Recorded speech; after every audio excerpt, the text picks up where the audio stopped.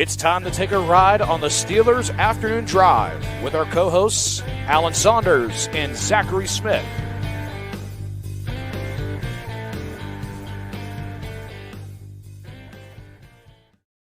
Welcome back to another episode of Steelers Afternoon Drive. I'm Zachary Smith. That is Alan Saunders. And Alan, despite what this weather might tell us, it is not a misery Monday. It is a victory Monday in Pittsburgh Steelers land. How are we doing?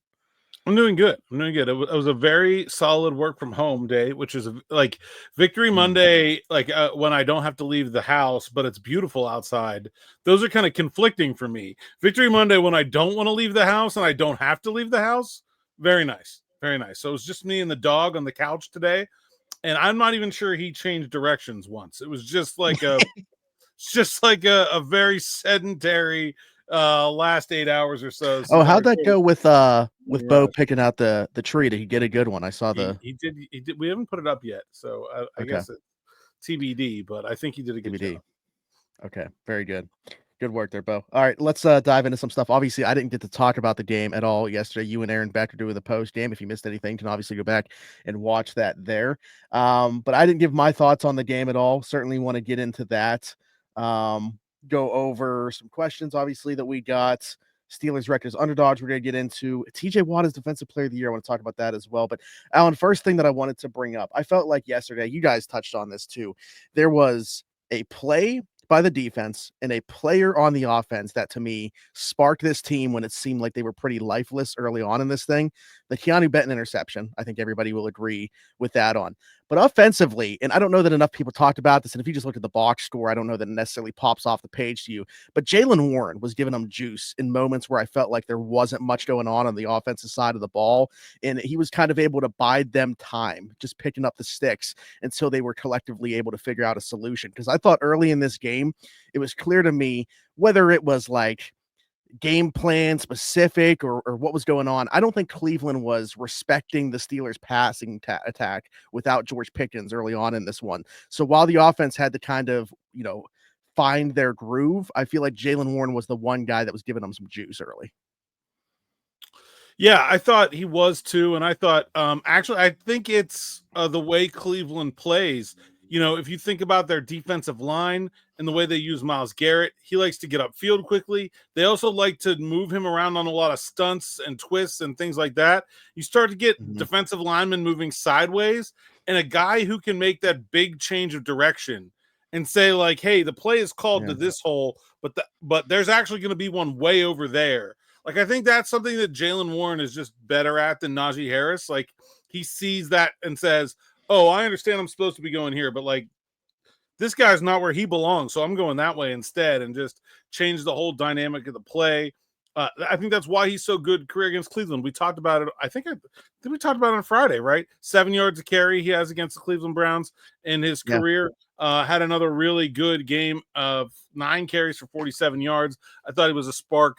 And I thought, 100% agree with you that Cleveland was like every time Scotty Miller was out there, it was like blatantly one-on-one coverage. Like, go ahead and throw it to him. We dare you.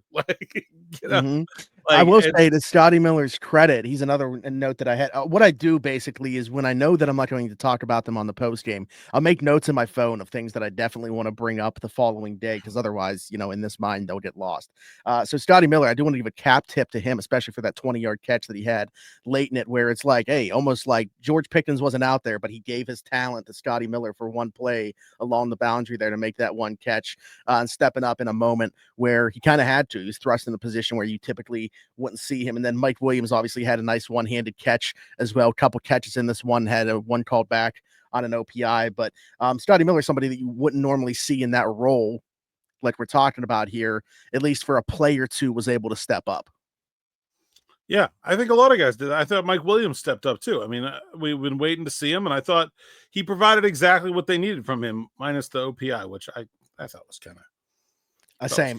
So I thought it was worse live. Like when I saw it like in real time, I was like, he pushed. Yeah. I'm like, oh yeah, that's an OPI. They're calling that. Then they show it back on the screen, and then I watch it back today, and I'm like, oh, like don't wide receivers do this? You know what I mean? Yeah, like I think it just looked like the corner kind of stumbled, and I think it made it look worse than it was. Yeah. Yeah, I don't think that that's one that's called very often. I think you could get away with that a lot more often, especially like Mike Williams has been around the block. Like he knows what he can and can get away with. I don't think if he does that again next week, it's getting called unless that defensive back stumbles again, I guess. But to your point, yeah, a lot of guys had to step up and make plays, and a guy that's been stepping up, I have him down here because he technically plays offense, but more so because of the special teams contributions. Ben Skowronek, who I'm not even joking, Alan. Like this is not something that I want to do. I was on the field post game again, and I'm like, I don't want to be like a fanboy or anything like that. I walked up to Ben Skowronek and I was like, this is gonna sound weird. I need you to know how big of a fan I am of you. I might be your biggest fan in Pittsburgh. And he just started laughing. And he's like, By the way, we've done this from time to time. Full government name, Bennett William Skowronek. Bennett. I don't know how you feel about that. Bigger fan, if it was possible. Okay, there you go, Bennett. But man, like he is what he does on special teams, I cannot overstate enough. I'm just a huge fan of what he does just in that respect. And then you add in how good of a blocker he is. I'm gonna keep saying it time and time again. I think he's like the ideal wide receiver 5 to have on a roster, like your ideal bottom of the depth chart guy. What's he have, like 2 catches on the entire year, and I don't even care. Like anything there's a bonus. You know what I really love was, okay, he's the punt gunner. He goes down and draws a personal foul on a fair catch. How do you get somebody so upset on a fair catch that they take a taunting penalty against you? And then the next time down, he drops the ball, Skowronek hits him and gets that's like legendary stuff right there for a special teams player. Like a 15-yard penalty and then a fumble recovery on back-to-back punts. Like you just do not see that. I honestly, yeah, I'm curious as to what he said to him. It was like, yeah, you better fair catch that. Like I wonder how I asked him just a sort of generic question about Tony, like to see where he would go with it. And he was like, yeah, man, I think he's one of the best in the league. Like top 2 right now for sure. Like you look at his lateral quickness, it was just like overflowing with praise for Kadarius Toney. So I don't know if that was that a bit or I don't know. It was funny though. Yeah, I'm not sure, but anyways, I Ben Skowronek top 2 for me, special team where he's needed that high praise to Kadarius Toney. If he's 2, he's 2 to Miles Killebrew, who is leading the AFC Pro Bowl vote among special teamers. Announced today that the Steelers have now 4 vote leaders: Cam Heyward passing Quinnen Williams of the New York Jets, and TJ Watt, Chris Boswell, and Miles Killebrew still leading their positions. Yeah, which, by the way, we're going to talk about Cam Heyward in a bit here, but very much deserve to see him thrust into that top spot. Couple more things that I want to bring up defensively. They had, a pretty good handle on this game already at this point in time, but still within reach for the Cleveland Browns. They go for it on 4th down. E-Rob doing what E-Rob does. That's such an Landon Roberts play to make in that moment, that 4th down stop. Whoa. The 4th down stop was great, and I don't want to take anything away from that play. But the E-Rob play was him introducing himself to Ethan Pochich on a toss to the left, and I don't think I've ever seen an offensive lineman fly that far backwards in my entire life. I mean, it was like, I put the picture up on Twitter last night. Like, he created like 5 yards of separation between him and the offensive lineman. That's how far he threw him backwards when he blew that play up. It's just incredible. Honestly, the amount of like E-Rob is putting together a highlight reel this year of like the plays that like, if you want to know who he is as a player, you show people the 2 plays that we're talking about, the play that he made against Dallas at the goal line. Like those are the types of plays that this guy makes and what makes him him. I need one of those like sports science breakdown videos of the thrust that is required to send an offensive lineman into orbit, because E-Rob, he got there. He got there. Absolutely. Patrick Queen, really nice pass breakup he had on David Njoku. I think that athleticism just continues to pop, and I don't think that you're seeing like I don't know if it was a lack of trust necessarily, but I think like early on in the season it was more so just like learning the defense more than anything else. Why it wasn't like all about feel, man. It's just feel, and you kind of just got to get used to it. Yeah, and I think that we're there now, and I think that you just see how comfortable he looks week in and week out. And then the last thing that I wanted to say about the defense and specific players, like DeShon Elliott, I know that he didn't do anything necessarily again that like if you just look at the box score, it's going to pop off the page. But the amount of tackles for losses he has, the like what he does in coverage, really nice pass breakup against David Njoku. I know David Njoku got him for a touchdown later on in the game when it was kind of out of reach, but I don't think that DeShon Elliott, we could talk about him every episode. I don't think it would be enough. I thought he was the best player on the field for their defense. I thought he was Yeah. everywhere. Like tackles for loss. Looks like a run play is about to break contain. No, here comes 25 flying in, diving pass breakups. Like I just thought he was unbelievable in this game. I really do. Probably his best one, just in terms of the number of plays he made. 13 tackles. I don't like you. I don't think that tells the whole story. Yeah, I didn't realize it was that high. I didn't realize that he had that type of volume yesterday in the tackle department. But it's pretty crazy. Certainly felt like live he was everywhere on the field, and the numbers certainly back that up in terms of in what he did in coverage. Obviously, won't show up on that either. But as we're talking about, very good. In that area as well. Is there anything that you like have either gone back or thought about more that you wanted to bring up from the game before we move on from that? I think I did not watch the whole game back, but I watched a good bit of it, and I think just want to again. I mentioned it in post game, but I again want to shout out the offensive line. I thought they were much better than they were the first time against Cleveland. Like they still got beat a couple times, but I thought it was a significantly improved group than it was 2 weeks ago.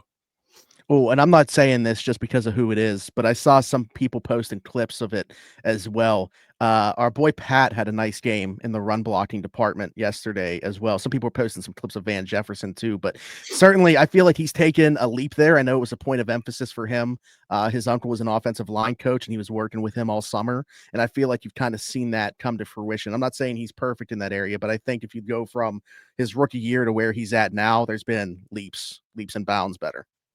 Yeah, I think so. And I think it makes his early lack of inclusion in the offense all that much more frustrating because like there have been times over the first few years where you're watching Pat run block and you're like, dude, like you just like you can't like there were circumstances where you're like, oh no, like you'd rather have somebody else out there.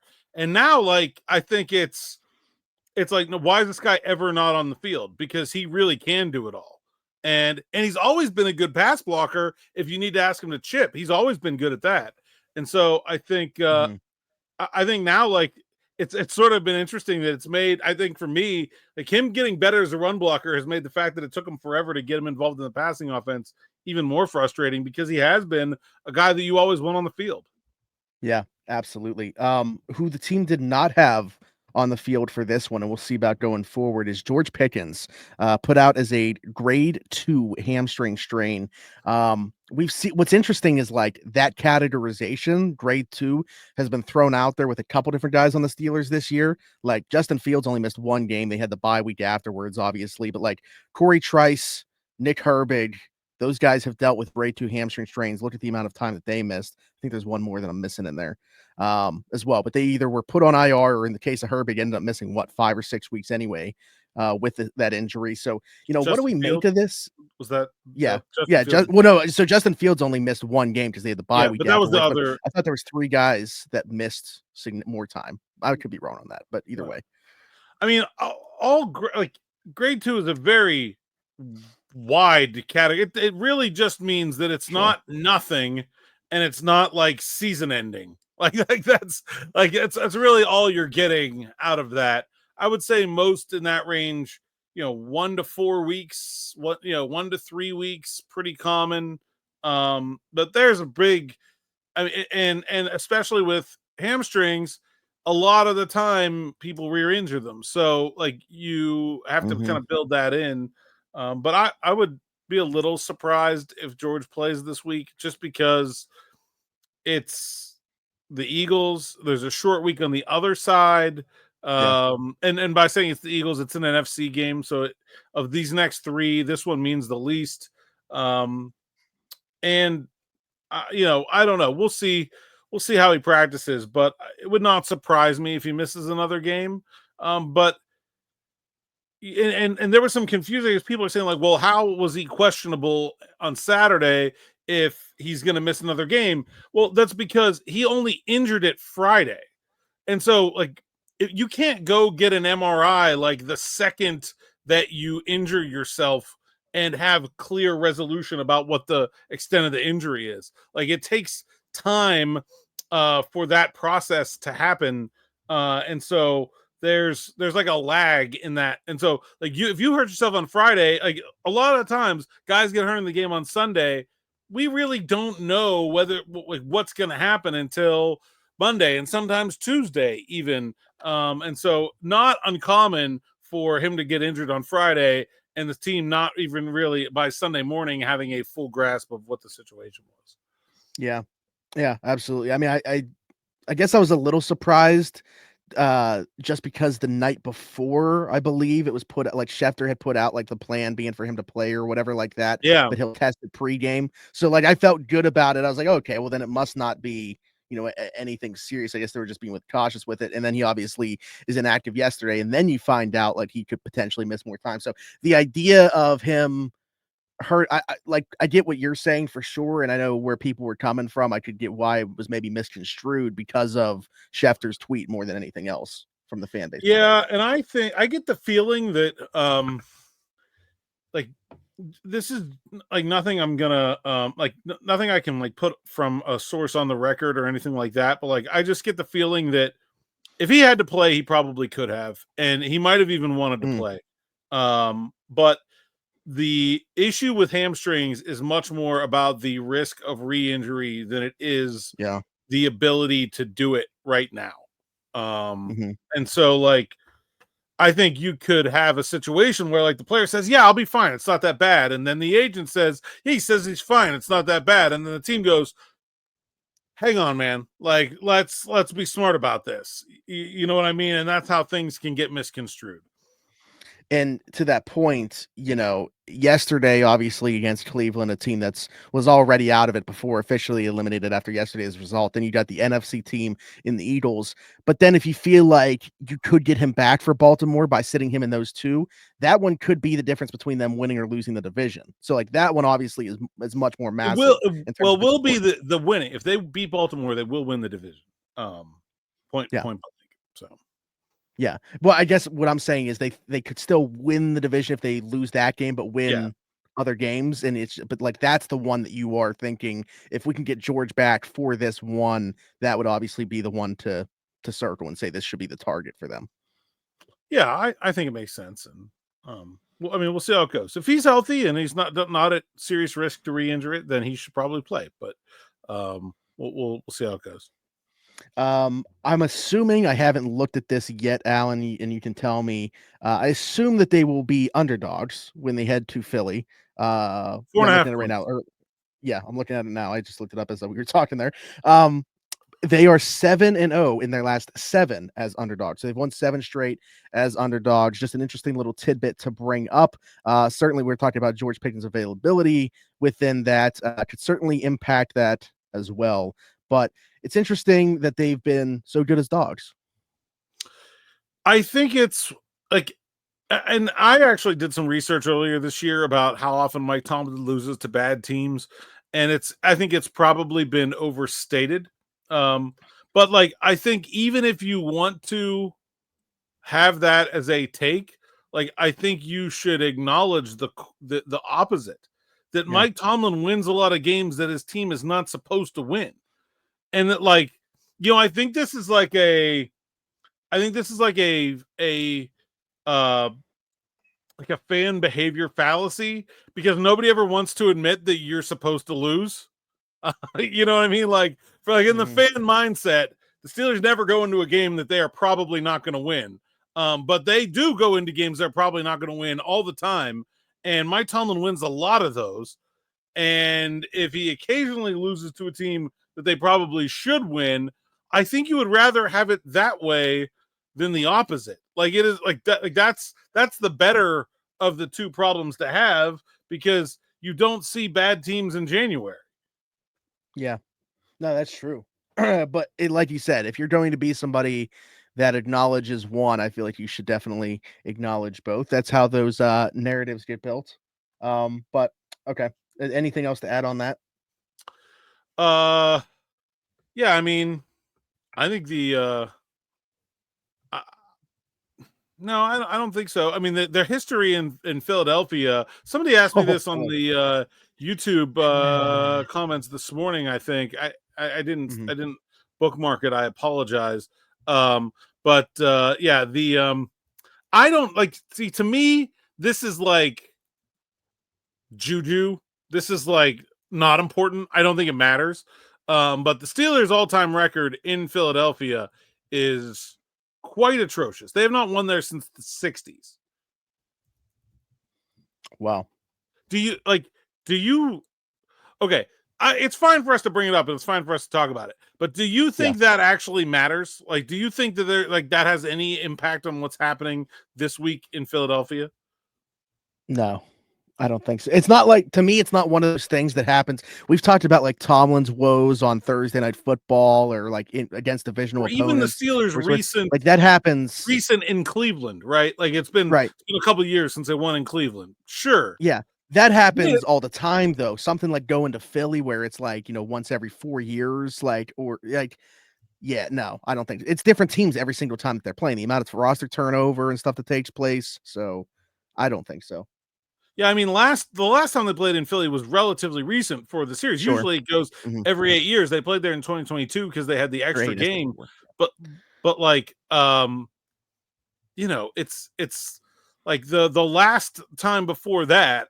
So like people that would be 0-2 in Philly is few and far between. Like the 2016 game is like, obviously Ben and like, leading rusher D'Angelo Williams and like, like just, there's nobody on the team that's on the team. I mean, Cam? Cam Heyward and Yep. Boswell. Pause. I think those are literally the only two guys who will be Mhm. playing in Philadelphia for a third time. So, Wow. yeah, the Steelers have lost a whole bunch in a row. The last time they won in Philly, October 24th, 1965. I'm guessing that would have been at Franklin Field. That'd have been before the vet. So they're like on their second straight Philadelphia stadium that they have not won in. But I don't know that really. No, I think it's wild that that's the case, but like, yeah, I don't think that there's anything to And read. it's Like, like Philly hasn't even been that good. Like it would be one yeah, thing if it was like, you know, the Cowboy, like some team that's like always good, whatever. I don't know. Plenty of those years the Eagles were. You know what though? The Eagles do a good job of like never being bad, even if they're not like always a Super Bowl contender. But yeah, I don't know. It's very I random. don't think you can predict future results.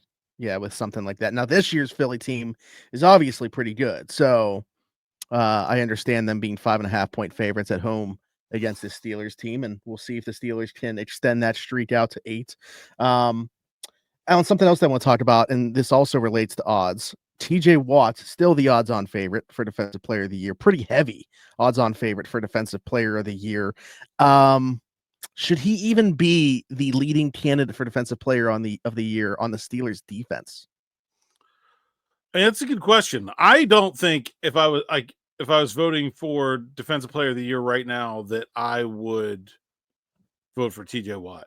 Like I don't. Like I don't think he's been the best defensive player in the NFL this year. I think honestly, I'm not even sure it's like that close. Like I think there's a lot of other guys. Like I think Daniel Hunter's having a really good year in Houston. I think Trey Hendrickson has been really good, even though he plays for a bad team in Cincinnati.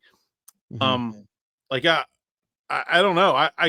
I could go. I thought it's a shame that Dexter Lawrence and Aiden Hutchinson were both injured because I think both of those guys were having better years than TJ was when they were hurt. Um, Maybe you got like Xavier McKinney who has 7 interceptions in Green Bay. I don't know, but like Yeah. I think there's a lot of options here this year. It's a little. I absolutely think that there is this. This is like a retraction that TJ Watt is like the leader, that this is like an acknowledgement of an error that was made last year. And I don't want to make it seem like I feel like TJ's having a bad year, but like if you look at the production as opposed to years past, like I understand he had the injury in 22, so that year excluded.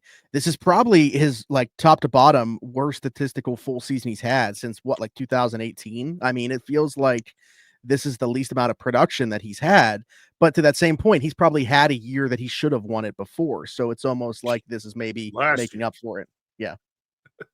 Last year. He should have won it last year. Yeah. He does lead the league in forced fumbles, which is a big deal. Sure. And that goes a long way. But yeah, I mean, I it's interesting that he is, and I honestly think I might say, to your initial point, that Cam Heyward is having a season that is more deserving of the award than TJ is. Cam Heyward, 8 sacks at 35 years old. Also playing among the best run defense in the NFL. Leads the league in batted balls at the line of scrimmage. One of which has led to an interception. He has been incredible.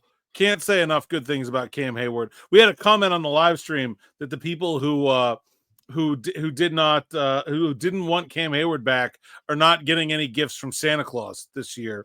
I wanted, and so I said, you guys better go out and do some penance. You better be out there doing some volunteer work or helping your grandma or something. So I want to know in the comments, if you were a don't bring Cam Heyward back, what is going to be your what sacrifice are you making here to make sure that you get gifts from Santa still, to stay on the nice list instead of the naughty list? I want to know. I want to know what they should have to. They should have to reach out to the Heyward house. Cam's got some good charitable causes out there himself. Or hey, man, I think whatever any act of kindness, I think keeps you on the nice list. So I want to know what Steelers fans that were anti Cam Heyward returning, what are you doing to make up for it this holiday season? That's what I want to know. Too late to just tell people to get involved with rocking around the 412, but that would have been a good one. Yeah, there you go. But that's neither here nor there. Yeah, whatever you do. This is my favorite time of year. This is completely unrelated, but since we're just talking about this, favorite time of year, if there's a way that you can give back to the community in some way this time of year and have the means to do so, please do so. It means a lot to me. But anyways, Cam Heyward, absolutely. And I think, I don't think he's actually going to win NFL Defensive Player of the Year, even though I might vote for him. But Comeback Player of the Year, now that especially they've clarified the category that it has to be returning from some kind of like physical ailment. Yeah, give me Cam Heyward. Who is having a better year? Here's after the question injury? that I have too regarding that is, if that clarification wasn't made, could Russell Wilson have been in the conversation? That's absolutely interesting to me. And in fact, there's so the AP doesn't have it, but the football writers do have separated. The football writers had that rule in for years, but they also have a separate like most improved player award. Like, and Russell Wilson could win that. Absolutely. He's been incredible. Yeah. I was thinking like him or like maybe Sam Darnold. Yeah, Sam Darnold. Sam Darnold's a good shot for that, for sure. So yeah, I don't know. Be interesting to see. But if I think about guys that are coming back from an injury, and I just go down like statistical leaders for everything. Joe Burrow, is having an incredible statistical season. I just don't know if people are going to vote for a guy on a really bad team. Yeah, that's like the one that stands out to me is him. Because other than that, it's just like, guys that have maybe had a resurgence or whatever. So it'll be interesting to see how that race goes. But certainly for Defensive Player of the Year, I think that's very interesting. And what is TJ's odds even? Like, again, like heavy odds. I don't understand it. I don't understand. It is literally just admitting that they got it wrong last year. That's the only explanation for the odds. Yeah, so we'll see if it plays out the same way. Before we run, I've got a shout out here. We were commenting the other day about people sending us their Spotify Wrapped, and this is not someone sending us their Spotify Wrapped. This is someone else sending us someone's Spotify Wrapped. So I got a comment. I got a Instagram message from Isabel, who says, "Hi, Alan. My boyfriend is a huge Steelers fan, and he loves the Afternoon Drive. It's his top podcast every year on Spotify. I also have become very familiar with you and Zachary's voices on every long car ride, and will admit I think you two are the best of his sports podcasts. That being said, I was wondering if you could give him a shout out in your next episode as a little surprise early Christmas gift for me. He listens to everyone, so I think it'd be hilarious to shock him. Let me know if this is something you'd be willing to do, but no worries. If not, happy holidays, and thank you for talking Steelers with my boyfriend so I don't have to."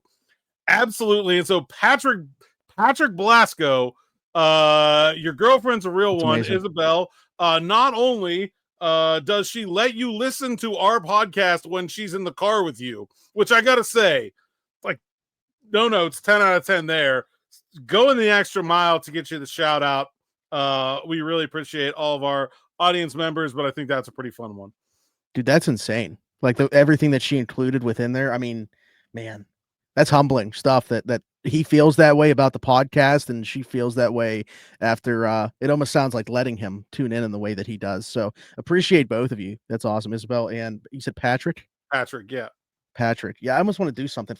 DM me. You guys DM'd Alan. DM me, and I'll do something for you guys. Yeah, also it took me like 3 days to answer the DM because see, if you DM'd me instead, I would have gotten it right away. So you DM'd the wrong co-host. But either way, Alan, you got a DM on one of your accounts. Tell the people where they can find you to send you a DM.